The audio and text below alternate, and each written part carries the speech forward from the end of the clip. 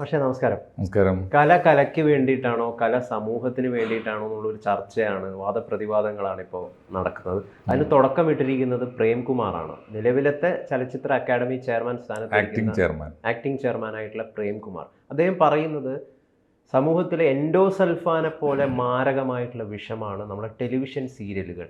നിരവധി ടെലിവിഷൻ സീരിയലുകളുണ്ട്. അമ്മായി പോരുകളൊക്കെ ഡിസ്കസ് ചെയ്യുന്ന അത്തരം ടെലിവിഷൻ സീരിയലുകളായിരിക്കും അദ്ദേഹം ഉദ്ദേശിച്ചത്. എൻഡോസൾഫാനെക്കാട്ടിയും വിഷമാണെന്നാണ് പറയുന്നത്.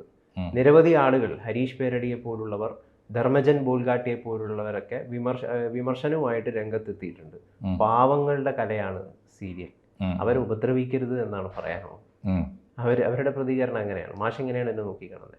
അല്ല, ഈ എൻ്റർടൈൻമെൻറ്റിന് പല നിലവാരം എല്ലാ കാലത്തും ഉണ്ടായിട്ടുണ്ട്. അത് ഈ കലയ്ക്ക് വേണ്ടി, കല ജീവിതത്തിന് വേണ്ടി തുടങ്ങിയ വാദങ്ങൾക്ക് തന്നെ എത്ര കാലം പഴക്കമുണ്ട്. സംസ്കാരത്തോളം പഴക്കമുള്ള വാദമാണത്. അപ്പോൾ അതിനെ തുടർന്ന് പല മൂവ്മെൻറ്റുകളൊക്കെ ഉണ്ടായി വന്നിട്ടുണ്ട്. ജീവൽ സാഹിത്യ പ്രസ്ഥാനം, പുരോഗമന സാഹിത്യ പ്രസ്ഥാനങ്ങൾ സാഹിത്യത്തിലുണ്ടായിട്ടുണ്ട്, കലാരംഗത്തും അതുണ്ടായിട്ടുണ്ട്. പക്ഷേ ഈ ചോദ്യത്തിൽ അർത്ഥമില്ല. അത് ചരിത്രം പൊളിച്ചു കഴിഞ്ഞൊരു വാദമാണ്. ഇപ്പോൾ ഉദാഹരണത്തിന് ഞങ്ങളെയൊക്കെ വായന പഠിപ്പിച്ച എഴുത്തുകാരാരെന്ന് വെച്ചാൽ മുട്ടത്ത് വർക്കിയും കാനം ഈജയും ഒക്കെയാണ്. എനിക്ക് നല്ല ഓർമ്മയുണ്ട്. എല്ലാ വ്യാഴാഴ്ചയും പുറത്തിറങ്ങിയിരുന്ന മലയാള മനോരമ വീക്കിലിക്ക് വേണ്ടി, മംഗളം വാരികയ്ക്ക് വേണ്ടിയൊക്കെ ഞങ്ങൾ കാത്തിരിക്കുമായിരുന്നു, വേഴാമ്പലിനെ പോലെ. ഞങ്ങളൊരു വിദ്യാർത്ഥി കൗമാരകാലം അങ്ങനെയാണ്. അതുകൊണ്ടുണ്ടായ ഏറ്റവും വലിയ മെറിറ്റ് എന്താണെന്ന് വെച്ചാൽ ഞങ്ങൾ വായിക്കാൻ പഠിച്ചു എന്നുള്ളതാണ്. വായനയുടെ അഡിക്റ്റായി തീർന്നു. പിന്നെ ക്രമേണ സംഭവിച്ചത് എന്താണ്? ഞങ്ങളുടെ ഭാവുകത്വത്തെ തൃപ്തിപ്പെടുത്താൻ ഈ പതിവായി വരുന്ന, ഞങ്ങളന്ന് പൈങ്കിളി വാരിക എന്നാണല്ലോ പറയുക, പൈങ്കിളി നോവലുകൾ എന്നൊക്കെയാണ് പറയുക. എന്ന് വെച്ചാൽ വളരെ സാധാരണക്കാരൻ്റെ ജീവിതം പറയുന്ന, വലിയ അഗാധമായ ആഴമൊന്നുമില്ലാത്ത, വലിയ ദാർശനികമായ ഔന്നത്യമൊന്നുമില്ലാത്ത സാധാരണക്കാരൻ്റെ കൊച്ചു ജീവിതം പറയുന്ന കഥകൾക്കാണ് ഈ പൈങ്കിളി കഥകൾ നമ്മൾ പറഞ്ഞിരുന്നത്.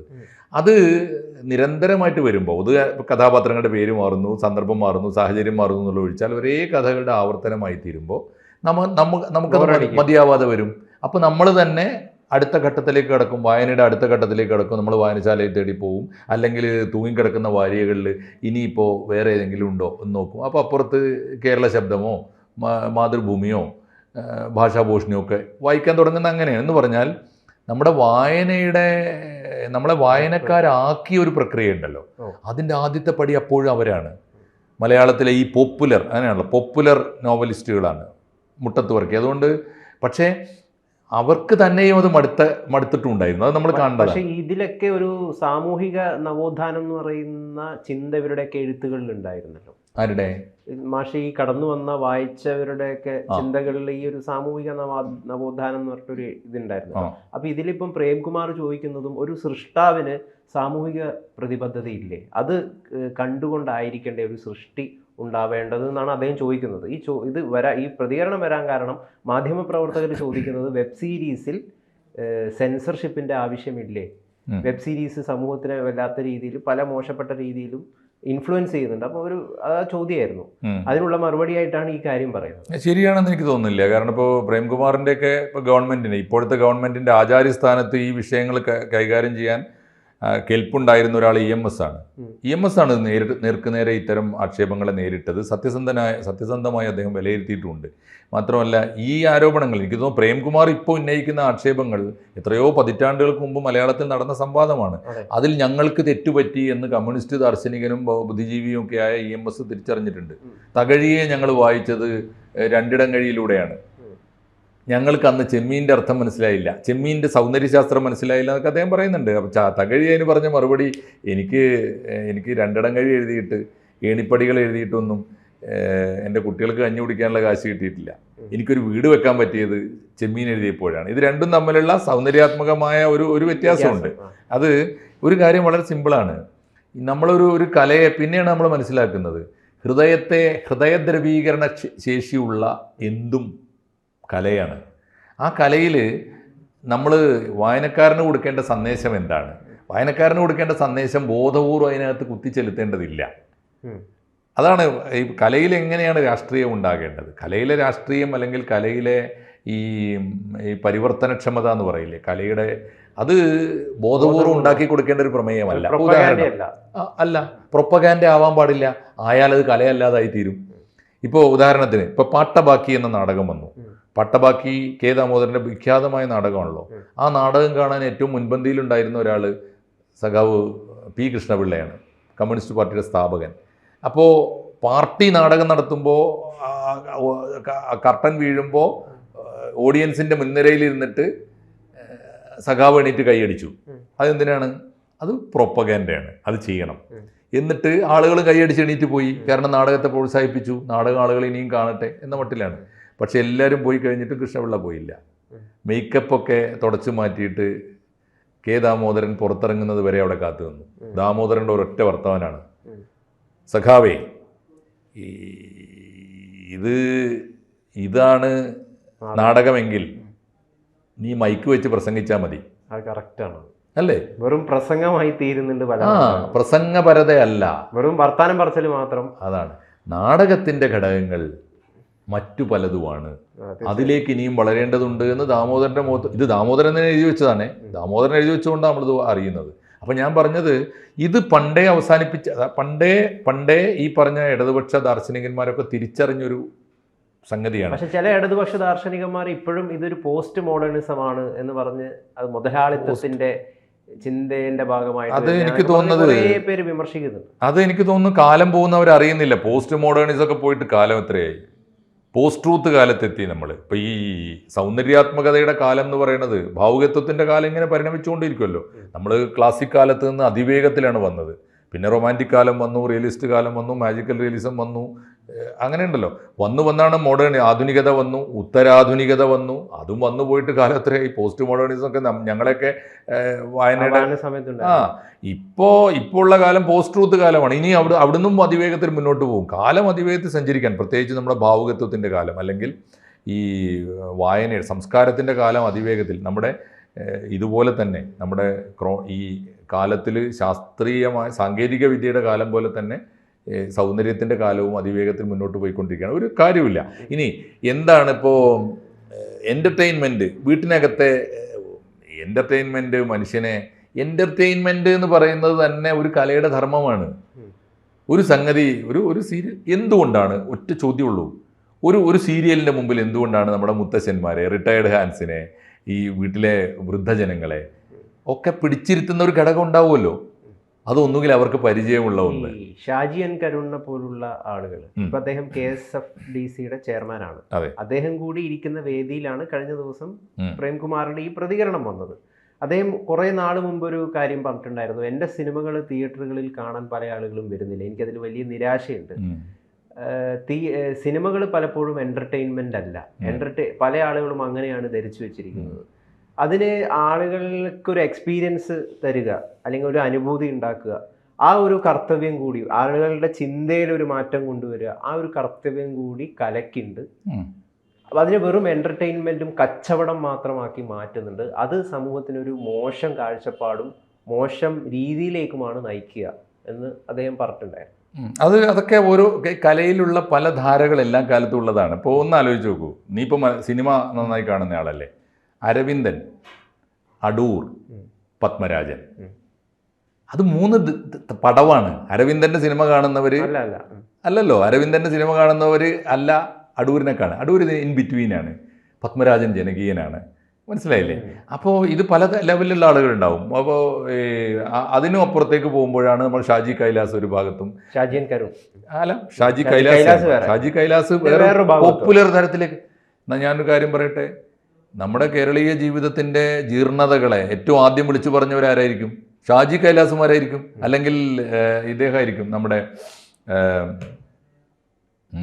എന്താണ് ശ്രീനിവാസനും കൂട്ടരൊക്കെ ആയിരിക്കും ഞാൻ പറഞ്ഞത്. അപ്പോൾ അതുകൊണ്ട് അവരെയാണ് ഏറ്റവും ആദ്യം സമൂഹത്തിന് ആവശ്യമുള്ളത്. പിന്നെ ബൗദ്ധികമായ നിലവാരം അനുസരിച്ചാണ് മറ്റുള്ളവരുടെയൊക്കെ സംഭാവനകൾ വരിക. ഇതെല്ലാം ആളുകൾ ആസ്വദിക്കും. ബഷീറിനെ ആസ്വദിക്കുന്ന അത്രയും ജനം OV വിജയനെ ആസ്വദിച്ചോളണമെന്നില്ല. പക്ഷേ രണ്ടിനും 2 തലമുണ്ട്. ഇനി ഈ ഇദ്ദേഹം പറഞ്ഞതിൻ്റെ ഒരു വലിയ അപകടം എന്താണെന്നറിയോ? നമ്മുടെ പ്രേംകുമാർ പറഞ്ഞതിൻ്റെ വലിയ അപകടം, സീരിയലുകൾക്ക് എന്താണ് സെൻസറിങ് ഏർപ്പെടുത്തണം, അല്ലേ? എന്താണ് പറയുക, സെൻസർഷിപ്പ് ഏർപ്പെടുത്തണം. സീരിയലുകൾക്ക്, സീരീസിന്, വെബ് സീരീസിനും ഏർപ്പെടുത്തുന്ന പോലെ തന്നെ ഇതിനും ടെലിവിഷൻ സീരിയലുകൾക്കും പുതിയ കാലം പറയേണ്ടത് അങ്ങനെയല്ല. വെബ് സീരീസിനും സിനിമകൾക്കും സെൻസർഷിപ്പ് എടുത്തു കളയണമെന്നല്ലേ പറയേണ്ടത്? ആർക്ക് വേണ്ടിയാണ് ഇപ്പോൾ സെൻസർഷിപ്പ്? എന്തിനാണത്? പണ്ട് സെൻസർഷിപ്പ് അശ്ലീലമായ ദൃശ്യങ്ങളുണ്ടോ, തെറി വാക്കുകൾ പ്രയോഗിക്കുന്നുണ്ടോ, അത് പുതിയ കാലത്തെ മാധ്യമങ്ങൾക്ക് ചേർന്നതാണോ? തെറി പറയാത്ത ഏത് മാധ്യമമാണ് ഭൂമിയിലുള്ളത്? ഇപ്പോൾ അശ്ലീലം നമ്മുടെ കൺമുമ്പിൽ, നമ്മുടെ കൈവെള്ളയിൽ ഇങ്ങനെ നിറഞ്ഞു നിൽക്കുമ്പോൾ, നമ്മുടെ മുമ്പിൽ ഇങ്ങനെ അശ്ലീലത്തിൻ്റെ മായാലോകം വന്ന് നിറഞ്ഞു നിൽക്കുമ്പോൾ സിനിമയിൽ മാത്രമേ വേണ്ടെന്ന് പറയുന്നതിൽ എന്താ അർത്ഥമുള്ളത്? ആ സിനിമയിൽ ഒരു സന്ദർഭം ആവശ്യപ്പെടുന്നുണ്ടെങ്കിൽ ഉടുത്തോ ഉടുക്കാതെയോ പ്രത്യക്ഷപ്പെടട്ടെ ആളുകൾ, ചിത്രങ്ങൾ, വേഷങ്ങൾ, കഥാപാത്രങ്ങൾ. അപ്പോൾ അങ്ങനെയല്ലേ പുതിയ കാലം, അതാണ് കാലത്തിൻ്റെ വളർച്ച. പ്രേംകുമാർ ഇപ്പോഴും ഏതോ ഈ പുരാതന കാലത്ത് ജീവിക്കുന്നു എന്ന് എനിക്ക് തോന്നി. പിന്നെ പ്രേംകുമാറിന് പറയേണ്ടത് അങ്ങനെയല്ല. നമ്മുടെ സീരിയലുകൾ കുറേ കൂടി എൻ്റർടൈൻമെൻറ്റ് തലത്തിൽ വികസിക്കേണ്ടതുണ്ട്, നന്നാവേണ്ടതുണ്ട്. വേണമെങ്കിൽ നമ്മുടെ അടുക്കളയിലെ അമ്മായിയമ്മ പോരിൽ നിന്ന് നമ്മുടെ കുട്ടികളിപ്പോൾ കാണാൻ നിൽക്കുന്നുണ്ടോ? നമ്മുടെ കുട്ടികൾ അതല്ല കാണുന്നത്. നമ്മുടെ കുട്ടികൾ കൊറിയൻ സീരീസാണ് കാണുന്നത്. എന്തുകൊണ്ടാണ് നമ്മുടെ കുട്ടികൾ നമ്മുടെ അടുക്കളയിൽ നിന്ന് കൊറിയൻ സീരീസിലേക്ക് പോയത്? നമുക്ക് കേരളത്തിൽ തന്നെ ചില ടെലിവിഷൻ സീരിയലുകൾ വളരെ ജനപ്രിയമായിട്ട്, ഇപ്പം മറിമായം പോലുള്ള, അല്ലെങ്കിൽ അങ്ങനെയുള്ള ചില ഉപ്പും മുളകും പോലുള്ള സീരിയലുകളൊക്കെ വളരെ ജനകീയമാണ്. യുവാക്കളടക്കം വളരെ രസത്തിലുള്ള കാണാം. എന്നാൽ ചില സീരിയലുകളുണ്ട്, ചില മാധ്യമങ്ങളിൽ വരുന്ന സീരിയൽ, അത് എന്ന് പറയുന്നത് ഈ അമ്മായിമ്മ പോരും കുശുമ്പും കുന്നായ്മയും രാത്രി 7:30 മണിക്ക് തുടങ്ങുന്നത്. എനിക്ക് തോന്നുന്നു അത്തരം സീരിയലുകളെ ആയിരിക്കും ഇദ്ദേഹം ഉദ്ദേശിച്ചിട്ടുണ്ടാവുക. യുവാക്കളടക്കം ഇത്തരം സീരിയലുകൾ വെറും വിഷമാണ് സമൂഹത്തിന് പടർത്തുന്നത്. ഇത് കാണുന്നത് 50+ ആയിട്ടുള്ള ആളുകളാണ്, വീട്ടമ്മമാരാണ്, അവർക്ക് വേണ്ടി ഒരു സാധനമാണ്. അങ്ങനെയുള്ള ആളുകൾ എല്ലാ കാലത്തിലും ഒരു നിശ്ചിത ശതമാനം ഉണ്ട്. അവരെ നന്നാക്കി എടുത്തിട്ട് ഇനി അവർക്ക് ജീവിക്കാനൊന്നും, അവരുടെ ജീവിതം ഒന്നും ബാക്കിയില്ല. എല്ലാം കഴിഞ്ഞവർക്ക് അവർക്ക് പരിചയമുള്ള ഒരു ജീവിതം, ഒരു പക്ഷേ അവർ കടന്നു വന്ന ജീവിതം, അവരുടെ വീട്ടകത്തെ ജീവിതം, അതൊക്കെ കാണാനുള്ള ഒരു അവസരം എന്ന നിലയിലായിരിക്കും. അത് അറിഞ്ഞുകൊണ്ടായിരിക്കുമല്ലോ നിർമ്മിക്കുന്നത്. അത്തരക്കാർക്കും ഓഡിയൻസ് ഉണ്ട്, വ്യൂവർഷിപ്പ് ഉണ്ട് എന്നുള്ളതുകൊണ്ടാണല്ലോ. അത് നടന്നോട്ടെ എന്ന് വിചാരിക്കണം. അതിനകത്ത് എന്താ ഇടപെടേണ്ട കാര്യം? അതിനകത്ത് ഹരീഷ് പേരടി പറഞ്ഞ മറുപടി, ഇവരൊക്കെ വിരാജിക്കുന്ന ഒരു ജീവിതം ഉണ്ടല്ലോ, അത്രമേൽ അശ്ലീലമല്ലല്ലോ ഈ സാധനങ്ങളൊന്നും, അത്രമേൽ വിഷമൊന്നും അല്ലല്ലോ.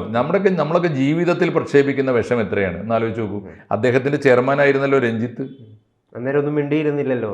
മിണ്ടിയിരുന്നില്ല. ഞാൻ ചോദിക്കട്ടെ, രഞ്ജിത്ത് കലയിലൂടെ പ്രക്ഷേപിക്കുന്നത് എന്താണ്? അത് സൂക്ഷ്മമായിട്ട് പരിശോധിച്ചാൽ അത് അങ്ങേയറ്റം പ്രതിലോമപരമായ കഥാപാത്രങ്ങളെയും സിനിമയാണ് രഞ്ജിത്ത് ഉണ്ടാക്കിയെടുത്തിട്ടുള്ളത്. 2, ജീവിതത്തിൽ അദ്ദേഹം പ്രക്ഷേപിച്ചെന്താ? അതൊക്കെ സെൻസർ ചെയ്യാൻ പോയാലോ? അതിൽ രഞ്ജിത്തിൻ്റെ തന്നെ പ്രതികരണം വന്നിട്ടുണ്ട്. ഒരു കാലത്ത് ഞാൻ സിനിമ എഴുതിയത് പക്കാ ബിസിനസ് മെന്റാലിറ്റിയോട് കൂടിയിട്ടാണ്, എനിക്ക് പൈസ വേണം, അതിന്റെ അടിസ്ഥാനത്തിലാണ്. ഒരു കാലത്തല്ലല്ലോ, എല്ലാ കാലത്തും. പിന്നീട് ഞാൻ മാറി ചിന്തിച്ചു, അതിന്റെ ഭാഗമായിട്ടാണ് എൻ്റേത് മാത്രമായിട്ടുള്ള സിനിമകൾ, കയ്യൊപ്പ് പോലുള്ള സിനിമകൾ, അല്ലെങ്കിൽ പ്രാഞ്ചിയേട്ടൻ, തിരക്കഥ പോലുള്ള സിനിമകൾ അങ്ങനെയാണ് വന്നത്. കയ്യൊപ്പൊന്നും തിയേറ്ററിൽ ഒരു പൈസ പോലും വാങ്ങിച്ചിട്ടില്ലാത്ത, ഒരു ലാഭം ഉണ്ടാക്കിയിട്ടില്ല മമ്മൂട്ടിയുടെ. അതായിക്കോട്ടെ എന്ന് ഞാൻ പറയുന്നത്. ഇപ്പോൾ കാശിന് വേണ്ടിയാണ്. അപ്പോൾ ഒരു കാര്യം ഉറപ്പാണല്ലോ, മനുഷ്യൻ കാണണമെങ്കിൽ, കാശ് കിട്ടണമെങ്കിൽ അതിന് ചേർന്ന പ്രമേയങ്ങൾ ഒരുക്കണം എന്ന് അവർക്കും അറിയാലോ. അത് മാത്രം ഒരുക്കി ജീവിക്കുന്ന കുറേ ആളുകൾ സീരിയലിലും ഉണ്ടാവും. മീൻസ് അത് ഉണ്ടായാൽ എന്താ തെറ്റ്? അത് ഉണ്ടാവട്ടെന്നേ. അതൊക്കെ അവസാനിപ്പിക്കാൻ ഒറ്റ വഴിയുള്ളൂ. അതൊന്നും അവസാനിപ്പിക്കാൻ ഇവർ വാളെടുത്തിട്ട് സെൻസർ ചെയ്യാൻ നടക്കേണ്ട ഒരു കാര്യമില്ല. ഈ നമ്മുടെ ഈ ആവിഷ്കാരം ഉണ്ടല്ലോ, ഏതൊരു ആവിഷ്കാരവും, കലയിലെ ഏതൊരു ആവിഷ്കാരവും അത് കാണാനും കേൾക്കാനും ആളില്ലാതാകുമ്പോൾ സ്വയം നിന്നു പോകുന്നതാണ്, കൂമ്പടഞ്ഞു പോകുന്നതാണ്. അത്തരം കലാരൂപങ്ങൾ പോയിട്ടുണ്ട് മലയാളത്തിലെ. ഏതെല്ലാം നാടക പരീക്ഷണങ്ങളിൽ നിന്ന് പോയിട്ടുണ്ട്, ഓർമ്മയില്ലേ? ആ സമയത്ത് നാടകമാണോ അത് നാടിൻ്റെ അകം മനുഷ്യൻ്റെ അകത്ത് എത്തിക്കുന്നതിൽ വിജയിച്ചിട്ടുണ്ടോ? അത് എന്നും ഓടിയിട്ടുണ്ട് നാടകങ്ങൾ. തകർന്നു പോയ നാടക പരീക്ഷണങ്ങളുണ്ട്, കൃത്രിമമായിരുന്നു അത്. ആധുനികത എന്ന് പറയുന്ന ഒരു കാലത്ത് ഇവിടെ കുറെ ആളുകൾ കാട്ടിക്കൂട്ടിയ കവിത, ആധുനിക കവിത എന്നൊക്കെ പറഞ്ഞ് കാട്ടിക്കൂട്ടിയിട്ടുണ്ടായിരുന്നില്ലേ? ആത്മാവുണ്ടായിരുന്നില്ല, അതിന് ഹൃദയത്തിൽ തട്ടിയില്ല, അതുകൊണ്ട് നിന്നുപോയി. അപ്പം അതുകൊണ്ട് നിൽക്കാത്തത് ആര് എന്ന് തീരുമാനിക്കേണ്ടത് പ്രേംകുമാറോ ചലച്ചിത്ര അക്കാദമിയോ ഒന്നുമല്ല, നിരൂപകന്മാരോ ഒന്നുമല്ല. ഓടാത്തത് ഏത്, വേണ്ടാത്തത് ഏത് എന്ന് തീരുമാനിക്കേണ്ടത് പ്രേക്ഷകനാണ്. അവൻ തീരുമാനിച്ചോളൂ. പക്ഷേ അപ്പോഴും ഒരു ക്രിയേറ്ററിന് സാമൂഹിക പ്രതിബദ്ധത ഇല്ലെന്നാണോ പറയുന്നത്? ആവശ്യമില്ല എന്നാണ്. ക്രിയേറ്ററുടെ സാമൂഹ്യ പ്രതിബദ്ധത ഒറ്റ ഒന്നാണ്. അവന് വേണ്ടി ആയുസ് നീക്കി വെക്കുന്ന, അവന് വേണ്ടി അധ്വാനിച്ച് പണം നീക്കി വെക്കുന്ന പ്രേക്ഷകനുണ്ടല്ലോ, അവനെ എൻ്റർടൈൻ ചെയ്യാൻ പറ്റണം. എൻ്റർടൈൻ ചെയ്യാൻ പറ്റുക എന്നുള്ളതിനാണ് ഫസ്റ്റ്. ഹൃദയദ്രവീകരണ ശേഷിയുള്ളതിനാണ് എൻ്റർടൈനർ എന്ന് പറയുക. അത് അവൻ്റെ മനസ്സിൽ മാറ്റം ഉണ്ടാക്കിയാൽ അവൻ പഠിക്കുക എന്താ? അമ്മായിയമ്മ ഇപ്പോൾ ഒരു ഉഗ്രരൂപിയായ ഒരു അമ്മായിയമ്മയെ അവതരിപ്പിച്ചിട്ട് ഒരു സീരിയലുണ്ട് വിചാരിച്ചോളൂ. അത് കാണുന്നയാൾ ആ അമ്മായിയമ്മ ആകാനാണോ ശ്രമിക്കുക? അങ്ങനെ ഒരു അമ്മായിയമ്മ എൻ്റെ കുടുംബത്തിൽ ഇല്ലാതെ പോകണേന്നല്ലേ ആഗ്രഹിക്കുക? എൻ്റെ മരുമോൾക്ക് അങ്ങനെ അനുഭവം ഇല്ലാതെ. പക്ഷേ അതിൽ ഒരു പ്രശ്നം എന്താ പറ്റുന്നതെന്ന് വെച്ച് കഴിഞ്ഞാൽ നമ്മുടെ പലയധികം യുവാക്കളും സിനിമ കണ്ടിട്ട് ഇൻഫ്ലുവൻസ്ഡ് ആവുന്നുണ്ട്. ഇപ്പം പല കൊലപാതകങ്ങളും നടന്നപ്പം പ്രതികൾ പറഞ്ഞത് ദൃശ്യം സിനിമ കണ്ടിട്ട് ആ മോഡലിലാണ് ഞാൻ ഇതിനെ ഡെവലപ്പ് ചെയ്തിരിക്കുന്നത്, അല്ലെങ്കിൽ കള്ളുകുടി, അല്ലെങ്കിൽ സിഗരറ്റ് വലി തുടങ്ങിയ കാര്യങ്ങളൊക്കെ വലിയ രീതിയിൽ ഇൻഫ്ലുവൻസ് ചെയ്യുന്നുണ്ട്. അത് മോശപ്പെട്ട കാര്യമാണെങ്കിൽ മോശപ്പെട്ട അതേ രീതിയിൽ അതിനെ പിന്തുടരുന്നത് അതൊരു സത്യമാണ്. ഇതെന്താ ഒരു ഗൗതമേ, ഇങ്ങനെ ഒരു ചെറിയ ഫാക്ടർ, ഒരു ചെറിയ പെർസെൻറ്റേജ് ആസ്വാദകരെ എല്ലാ കാലത്തും എല്ലാ മീഡിയക്കും ഉണ്ട്. ആധുനിക ഇപ്പം മുകുന്ദൻ്റെ കഥകൾക്ക് നേരെ ഈ ആരോപണം വന്നിരുന്നു.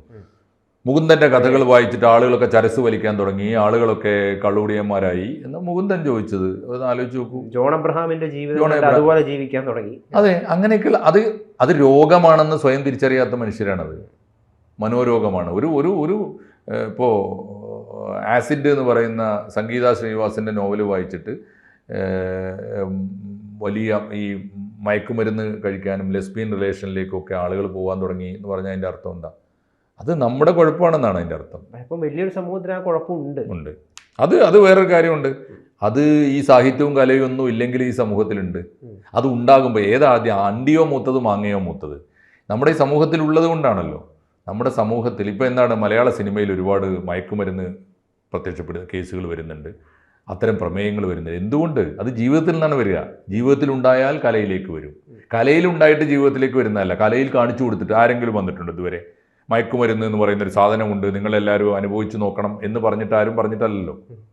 മറിച്ചാണ് ജീവിതത്തിലുണ്ടോ, ജീവിതത്തിൽ എന്തൊക്കെ ജീർണത കടന്നു വന്നിട്ടുണ്ടോ അതൊക്കെ കലാരൂപത്തിലേക്കും കടന്നു വരും. ജീവിതമാണ് യഥാർത്ഥത്തിൽ കലാരൂപമായി തീരുന്നത്. അതിൽ നിന്ന് പഠിക്കേണ്ടത് ജീവിതത്തിന് എന്തു വേണം എന്ന ധാർമ്മികതയാണ്. അതൊരു മനുഷ്യനിൽ നിന്നും ഉണ്ടായിത്തീരേണ്ടതാണ്. പക്ഷെ കാണുന്നൊരു കാര്യത്തിൽ നിന്ന് അതിനെ വിവേചിച്ച് ഇത് ശരിയാണോ തെറ്റാണോ എന്ന് ഉള്ളൊരു ബോധ്യം പ്രേക്ഷകനും വേണം. പ്രേക്ഷകൻ്റെ ഉള്ളിലുണ്ടാവും. കല ആസ്വദിക്കാൻ പറ്റുന്ന ഏതൊരു മനുഷ്യനും അവൻ്റെ ഉള്ളിൽ അതുണ്ടാവും. കല അനുഭവിച്ചിട്ട് ഒരു മനുഷ്യൻ ചീത്തയാവുന്നുണ്ടെങ്കിൽ അവൻ പണ്ടേ ചീത്തയാണ്. ക്രിമിനലിസം ഉള്ളിലില്ലാത്ത ഒരുത്തനും സിനിമ കണ്ട് ക്രിമിനലായിട്ടില്ല. സിനിമ കണ്ട് മോശമായതല്ല, അവൻ നേരത്തെ മോശമായ അംശമുണ്ട്. അവന് വേറെ ട്രീറ്റ്മെൻറ്റ് കൊടുക്കണം. അവന് വേണ്ടി സിനിമ സെൻസർ ചെയ്യാൻ തുടങ്ങുകയല്ല വേണ്ടത്. അത് ഈ സിനിമക്കാരുടെ ആധികാരിക സംഘടനകളൊക്കെ മനസ്സിലാക്കട്ടെ. ശരി.